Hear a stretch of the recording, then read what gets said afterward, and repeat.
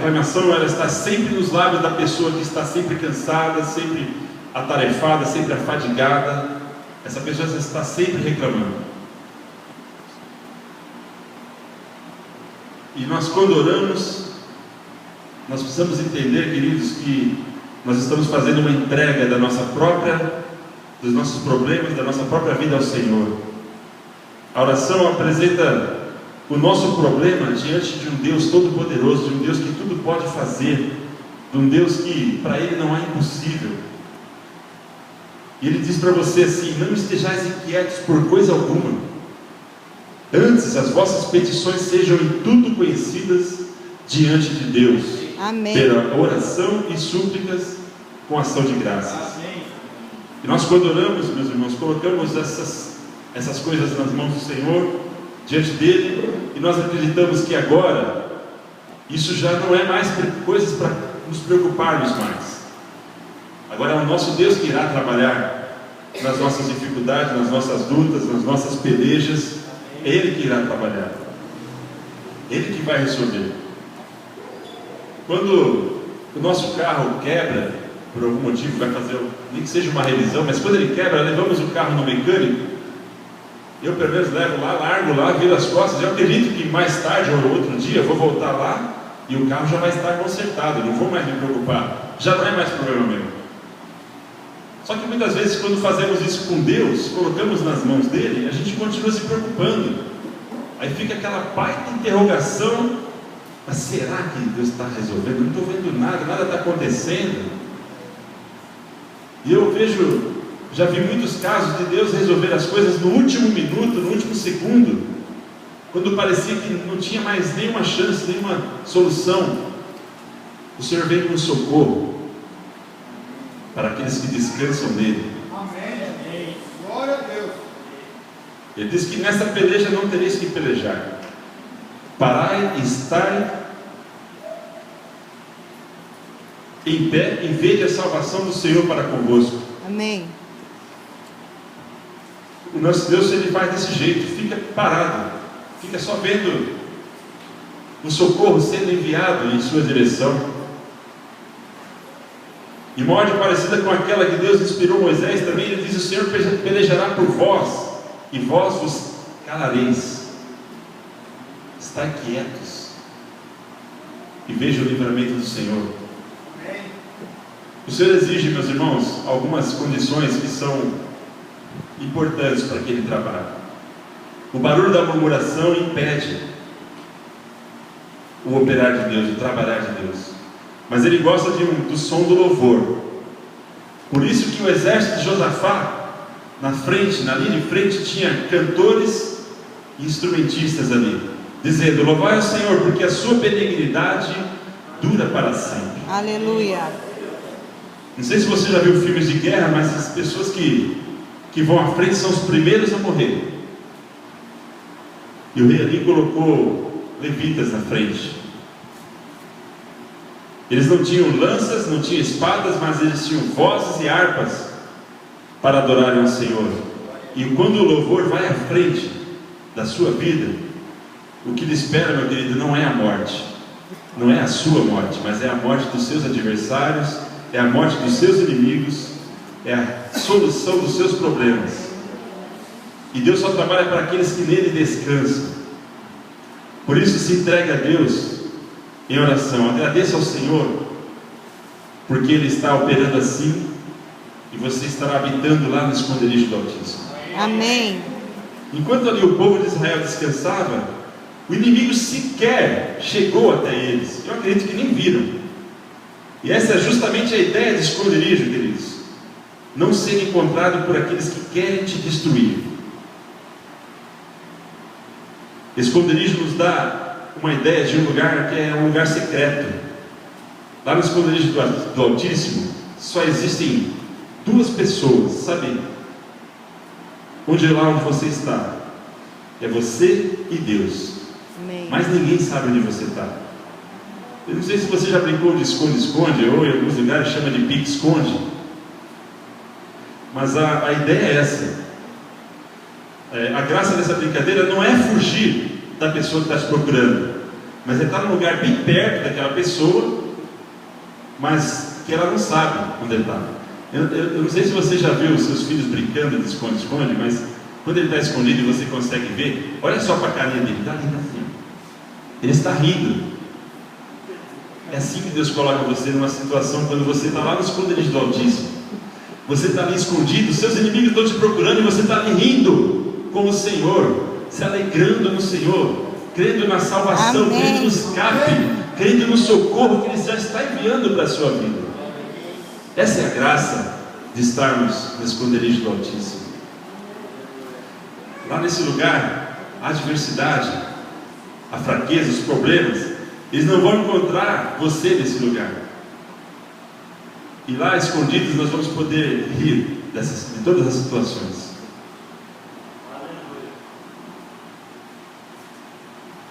Não há necessidade de nós ficarmos próximos às dificuldades. Nós podemos nos refugiar no Senhor. Como nós cantamos aqui, esse lugar é o Senhor. Nesse lugar que é um lugar oculto em Deus, o nosso coração também está guardado. E nós recebemos renovo.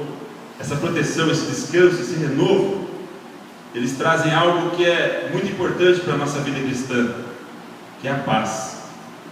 Sem a paz, nós não conseguimos ouvir Deus. Nós não enxergamos as suas ações. E nós podemos nos perder do propósito que Ele tem para nós. Se alguém for orar por alguém, antes de orar por essa pessoa, ore para que Deus coloque paz no coração dela. A pessoa aflita, por mais que você ore ali, Deus pode interceder, Ele pode. Mas a pessoa também tem que ter fé. Em primeiro lugar, ela precisa ter paz para receber do Senhor. E nosso Deus, queridos, Ele não é Deus de confusão. Ele é um Deus de paz. E um dos seus nomes é esse, Jeová Shalom, o Senhor é a nossa paz. Isso significa que Deus, a essência dele é paz. Não é em meio à confusão, à preocupação, não é em meio a nenhum tipo de ansiedade que você vai ouvir Ele. Certa vez Moisés subiu ao monte para falar com Deus, e lá ele ficou por 6 dias e Deus não falou com ele. Somente no 7º dia Deus foi falar com ele. Eu creio que nesses 6 dias ele estava buscando paz para poder ouvir a voz do Senhor. Então a voz de Deus vem logo após a paz, que é ministrada por Ele mesmo aos nossos corações. Lá em 1 Reis diz que o Senhor não estava na ventania, nem no terremoto, o Senhor não estava no fogo, mas Ele estava numa brisa tranquila e suave, e a voz então veio a Elias. Então o que nós estamos querendo dizer aqui, queridos, é que vai esperar a situação ficar em paz, para Ele poder falar com você. Ele não vai esperar a situação ficar em paz para falar com você, mas sim que no meio dessa situação toda, a paz domine o seu coração, para que Ele possa dirigir a minha e a sua vida. Amém. Permita que esta paz seja, como diz a Bíblia, seja árbitro no nosso coração. Perceba que esse versículo que a Bíblia diz aqui em Colossenses 3,15 fala assim, seja a paz de Cristo o árbitro em vosso coração, a qual também foste chamados em um só corpo, e sede agradecidos. Ele chama de árbitro a paz. Algumas versões colocam a expressão que a paz domine nosso coração. Alguém que é árbitro, meus irmãos, alguém que é juiz, ele tem autoridade para decidir as coisas.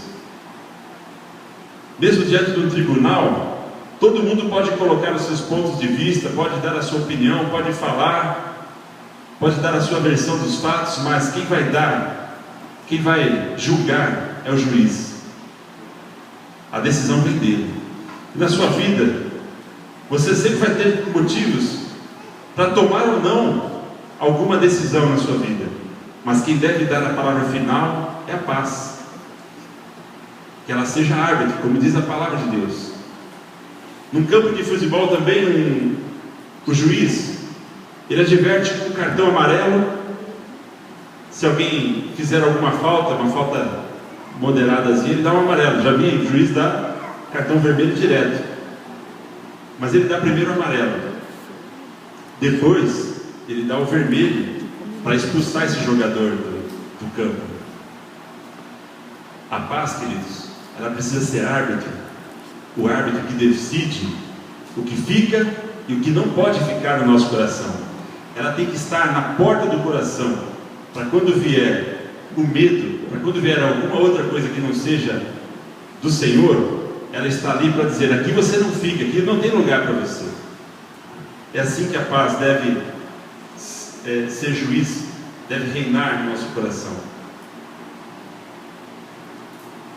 Porque se o medo entrar, ele vai querer ser o árbitro. Quando o medo entra, quando ele julga, quando ele é o juiz dentro do seu coração, qualquer coisa, qualquer coisinha pequena, uma lagartixa vai ser igual a um jacaré. Para quem tem medo de lagartixa, né? Não é verdade? Quem tem medo de lagartixa, aquilo parece um jacaré. A bichinha não faz nada. Quem tem medo de barata, parece um monstro, né? Você já viu a baratinha desse tamanhozinho? A pessoa, olha, tem uma barata ali desse tamanho, já fala assim. E ela não é. É o medo que já está ali dentro do coração, ele está reinando. O medo é o árbitro. Aqueles homens, aqueles espias, quando foram ver aqueles homens, eles viram homens gigantes, porque eles já estavam atemorizados. Eles viam pessoas grandes ali andando naquele lugar. Mas quando a paz está no coração, quando o homem de Deus foi ali ver um homem que estava com a paz no coração, ele falou: não é tão grande assim não, e o Senhor falou que ia dar vitória, e nós podemos enfrentar e seremos vitoriosos nessa situação. Porque na ótica do medo, a pessoa já entra na batalha da vida já derrotada, já entra já certo que vai ser derrotado, porque não consegue ter uma visão de fé a respeito daquilo que Deus pode fazer em qualquer situação da vida. A vitória que vence o mundo, queridos, não é o medo, mas é a nossa fé. Aleluia. A nossa fé vence o mundo. Várias vezes Jesus disse às pessoas que queriam milagre: não temas, crê somente. Ela falava: não, por que será que ele falava não temas? Ele podia simplesmente crer somente, mas não. Jesus falava assim: não temas, crê somente.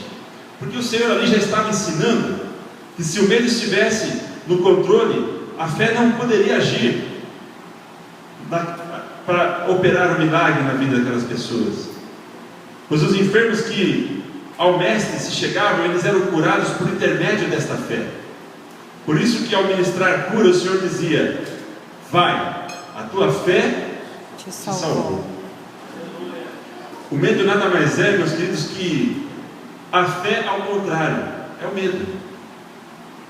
Em vez de crer em Deus, você acredita mais no problema, você acredita mais na situação do que em Deus. Se alguém acha que o problema financeiro é maior do que as suas condições, ele pode ficar atemorizado. Se uma pessoa acredita que a dor vai ser maior do que ela pode suportar, ela vai temer essa dor e vai ser pior. Domingo estava lá em São Bernardo, lá na Frecorreia, lá tinha um pessoal que fazia medição assim, para ver o açúcar, né? E eu vi, eu como meço muito, eu já não tenho mais medo, né? Mas eu via muitas pessoas ali: mas tem que furar o dedo? Já fazia um olhar assim, parecia que era um fantasma que a pessoa estava vendo ali. Tem que furar o dedo? Não tenho medo. A pessoa já tira o dedo já para não furar, porque ela tem medo da dor. Olha que coisa interessante. Então aquilo que nós tememos, aquilo que nós temos medo, realmente pode vir sobre nós. Parece que quando mais a gente teme, aquilo parece que vem. Pode ver que quando acontece alguma coisa, algumas pessoas falam assim: mas eu sabia que isso aí ia acontecer, tinha certeza, porque já estava com medo disso acontecer. E veio mesmo, né? Acaba vindo, porque a paz não estava ali, protegendo o seu coração, porque não estava no esconderijo do Altíssimo. Você foi encontrado por uma adversidade, você foi encontrado por uma dificuldade. Por isso que essa situação te encontrou. O esconderijo do Altíssimo é um bom lugar para habitarmos e não para visitarmos. Amém. Que essa palavra fique no seu coração e te abençoe em nome de Jesus. Amém, querido? Aleluia.